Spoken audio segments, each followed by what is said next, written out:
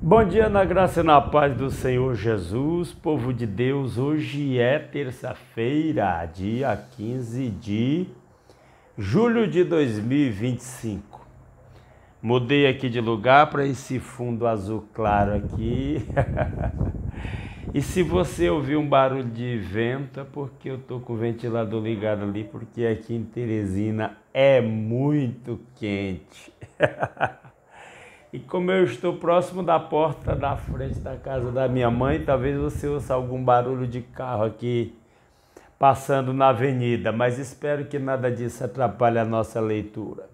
Sei que ouça também algum latido de cachorro aí dos vizinhos, mas a gente vai se adaptando. Parece que hoje eu estou melhor, mas ainda rouco. Hoje eu tossi bastante durante o dia, mas estou melhorando e agradeço aos irmãos pelas orações.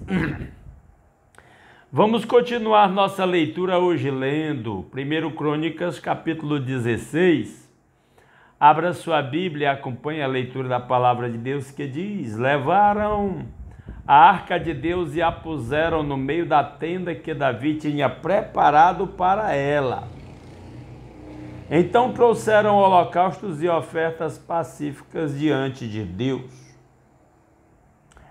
Então aqui é uma tenda que parece que foi uma tenda improvisada aí, feita mandada fazer pelo rei Davi. Dá a impressão de que não era uma tenda exatamente como a tenda feita por Moisés lá no deserto. Era uma coisa meio provisória aqui, até que se construísse o templo, que só ocorreu no reinado de Salomão. Há debates entre os estudiosos sobre esse assunto. Vamos lá, versículo 2. Depois de trazer os holocaustos e as ofertas pacíficas, Davi abençoou o povo em nome do Senhor e repartiu a todos em Israel, tanto homens como mulheres, a cada um bolo de pão e um bom pedaço de carne e passas.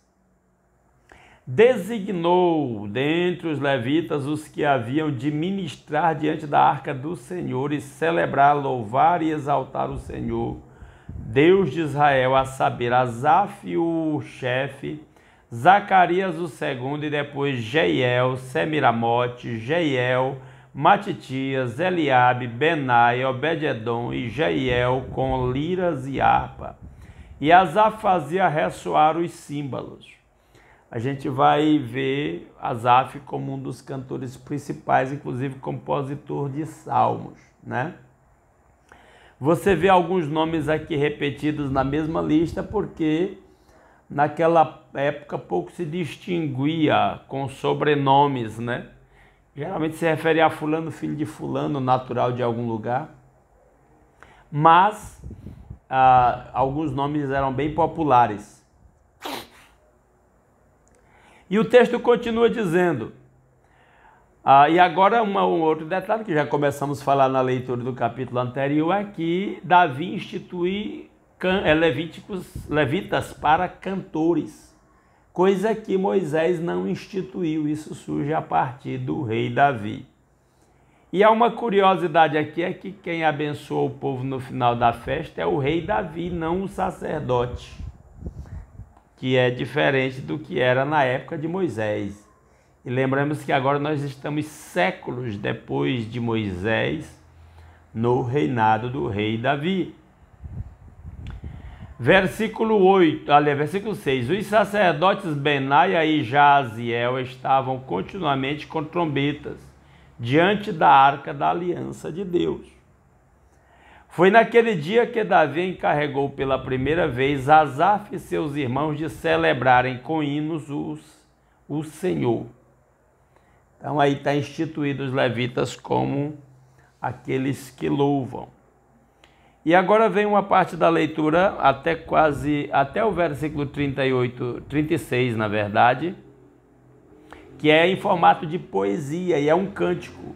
Inclusive o título nesta Bíblia é Hino de Ação de Graças.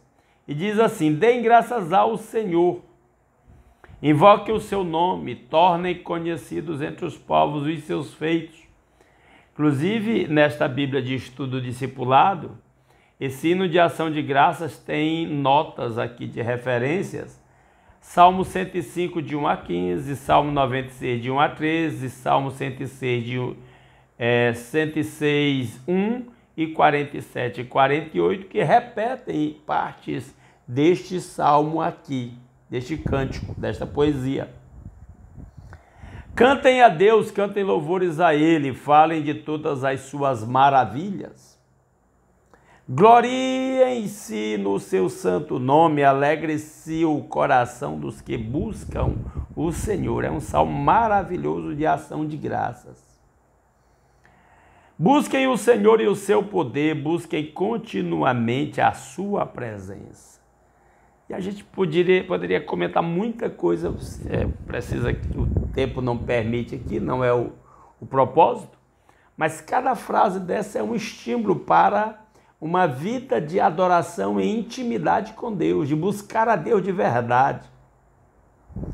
E ele continua, alegre-se o coração dos que buscam o Senhor. Eu estou lendo o final do versículo 10. 11. Busquem o Senhor e o seu poder, busquem continuamente a sua presença, já lemos, né? 12. Lembrem-se das maravilhas que ele fez, dos seus prodígios e dos juízos de seus lábios. Não se esqueça do que Deus faz, do que Deus tem feito, do que Deus faz, do que Deus já fez na sua vida. E uma obra de Deus da qual nenhum cristão pode esquecer. Cristo se fez homem e deu a sua vida na cruz em nosso lugar, pagou o preço pelos nossos pecados, ressuscitou, subiu ao céu, está à direita de Deus e de onde intercede por nós. Esse é um detalhe para o cristão que o cristão jamais pode esquecer.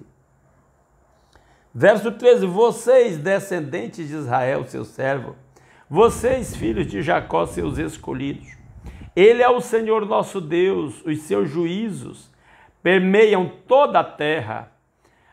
Senhor está com letras maiúsculas. Poderíamos ler, ele é Javé, nosso Deus. É o nome sagrado de Javé. Os seus juízos permeiam toda a terra. Quando a gente pensa que há tanta injustiça no mundo, né? Pois é, nada ficará impune, porque o juiz final é o nosso Deus. Lembra-se perpetuamente da sua aliança, da palavra que empenhou para 1000 gerações. E a aliança do Senhor com o povo de Israel era uma, que apontava para a aliança definitiva, que é Cristo, que fez essa aliança conosco, aliança eterna. E ela é celebrada no cálice da ceia do Senhor, quando Jesus pega o cálice e diz, esse cálice é a nova aliança no meu sangue, é o novo pacto do cristão com Cristo. Já expliquei isso em outras leituras. Lembre-se, irmão, irmã, você tem um pacto com Cristo, um pacto de sangue representado pelo cálice do vinho, que representa o seu sangue. Depois você dá uma lida lá em Mateus 26, a partir do versículo 26, quando Jesus toma o cálice e diz, este cálice é a nova aliança no meu sangue. Eu sempre digo, do jeito que eu olho para essa aliança e lembro que eu tenho um pacto com a minha esposa, eu olho para o cálice da ceia do Senhor e lembro que eu tenho um pacto com o Senhor Jesus, que deu a sua vida na cruz em meu lugar. Ele continua no versículo 14. Ele é o Senhor nosso Deus e os seus juízos permeiam toda a terra, já lemos. Lembra-se perpetuamente da sua aliança, das palavras que empenhou para 1000 gerações. 18. Da aliança que fez com Abraão e do juramento que fez a Isaque, o qual confirmou a Jacó por decreto e a Israel por aliança perpétua, dizendo, eu lhes darei a terra de Canaã como porção da sua herança. Herança perpétua que se perpetuou em Cristo. Nunca perca isso de vista. Há alguém querendo voltar à aliança lá do Monte Sinai com os israelitas, mas ela só apontava para a aliança eterna com Cristo. Então eles eram um pequeno número, se referindo ao Israel, lá no começo, né? Então eles eram um pequeno número, pouquíssimos estrangeiros na terra de Canaã, ainda na época de Abraão. Abraão era menos ainda, depois Jacó aumentou um pouco com os 12 filhos, e aí foram surgindo os filhos dos filhos, mas até irem para o Egito eram 75 pessoas. Então era um pequeno número. Andavam de nação em nação, de um reino para outro. Deus não permitiu que ninguém os oprimisse, e por amor deles repreendeu o rei, dizendo: não toquem nos meus ungidos, nem maltratem os meus profetas. Esse texto aqui é muito simbólico, porque Deus considerava o seu povo todo de Israel ungido. Eu tenho uma certa dificuldade com aquela história de que o Espírito Santo lá no Velho Testamento era só para sacerdotes, profetas, reis e tal. O nosso Deus não muda. E o seu povo sempre o serviu sob a direção do Espírito Santo. Ninguém pode servir a Deus pela capacidade humana. O ser humano é intrinsecamente pecador. O Espírito Santo age nele ou ele não serve a Deus. Então, todo mundo que serviu a Deus em todas as épocas foram movidos pelo Espírito Santo e foram considerados ungidos do Senhor. E aqui chamados de seus profetas. Olha como a coisa é interessante. Não dá para a gente se aprofundar muito nesse tema, mas estou dando só uma pincelada nele aqui. Versículo 23, cantem ao Senhor todas as terras, proclamem a sua salvação dia após dia, anunciem entre as nações a sua glória, entre todos os povos as suas maravilhas. O propósito de Deus sempre foi para todos os povos. Primeiro por meio de Israel, por meio de Abraão e dos patriarcas, por meio da nação de Israel. Por exemplo, quando Deus manda Jonas pregar em Nínive, e as profecias de Deus contra os povos vizinhos de Israel, como Edom, Egito, Síria, Assíria e outros lugares, mostra que o propósito de Deus sempre foi para todos os povos. E agora, por meio da igreja, Deus continua estendendo os seus propósitos para todos os povos, todas as nações. Versículo 25. Porque o Senhor é grande e digno de ser louvado, mais temível do que todos os deuses. Esse é o nosso Deus único. Porque todos os deuses dos povos não passam de ídolos, o Senhor, porém, fez os céus. E é bom ele dizer que Deus fez o céu, porque o céu cobre toda a humanidade. Aí ele continua, verso 27, glória e majestade estão diante dele, força e alegria no seu santuário. Onde o santuário terrestre, naquele momento representado pela tenda providenciada por Davi, era apenas uma representação do santuário eterno, do qual nós fazemos parte agora. Estamos sendo construídos como templo santo ao Senhor, em que cada um de nós é uma pedra viva. Você já tinha pensado nisso? Deem ao Senhor a família dos povos, deem ao Senhor glória e força.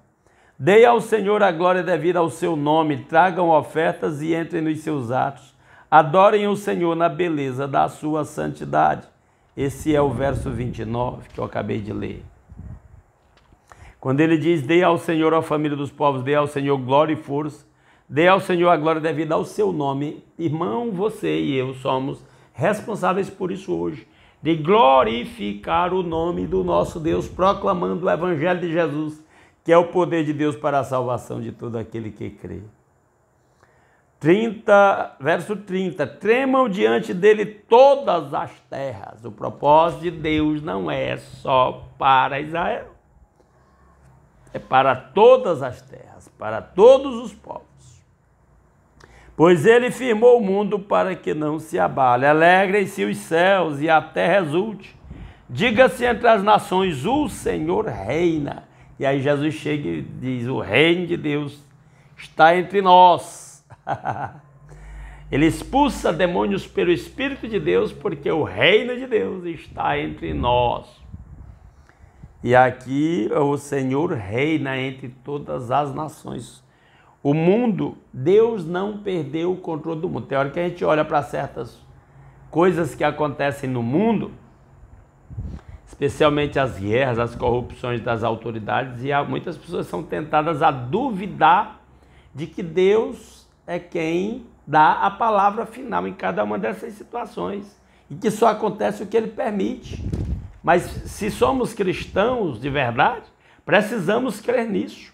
Nada vai acontecer que o nosso Deus não queira ou não autorize. Versículo 32. Ruja o mar e a sua plenitude, alegrem-se o campo e tudo que nele há. Cantem de alegria as árvores do bosque, na presença do Senhor, porque ele vem julgar a terra. Todo ser é para a glória de Deus. Até árvores, bosque, plantas, tudo, o campo, tudo.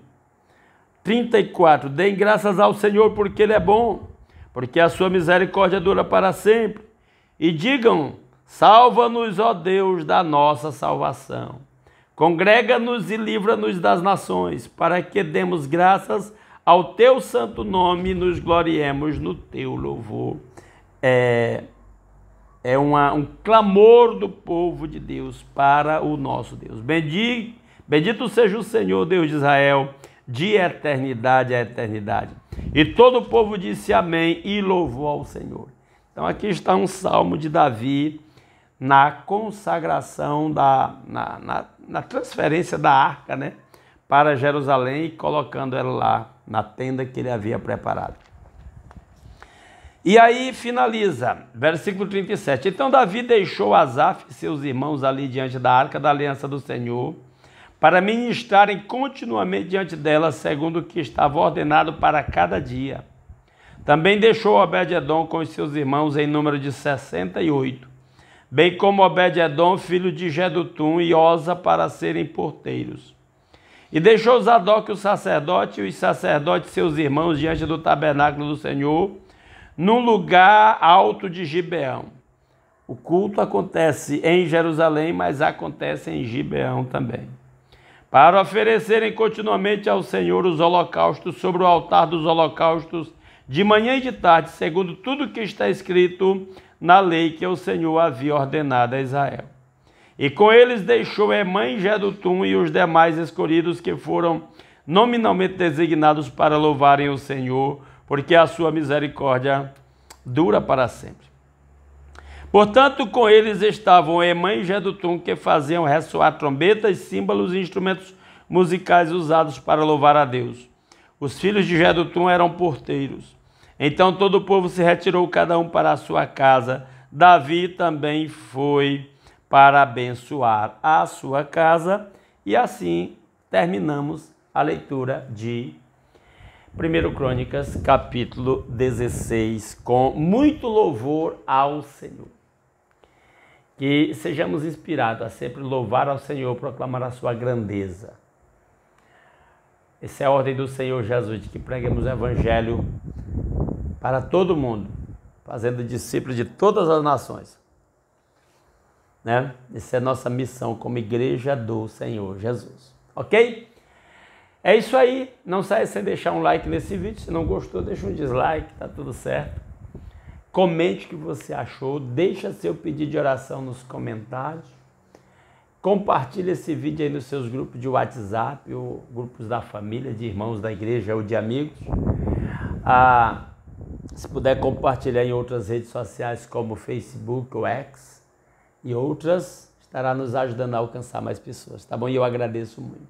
Amanhã, 5h30 da manhã, a gente volta com a leitura de 1 Crônicas, capítulo 17. Aguardo vocês aqui. Grande abraço a todos.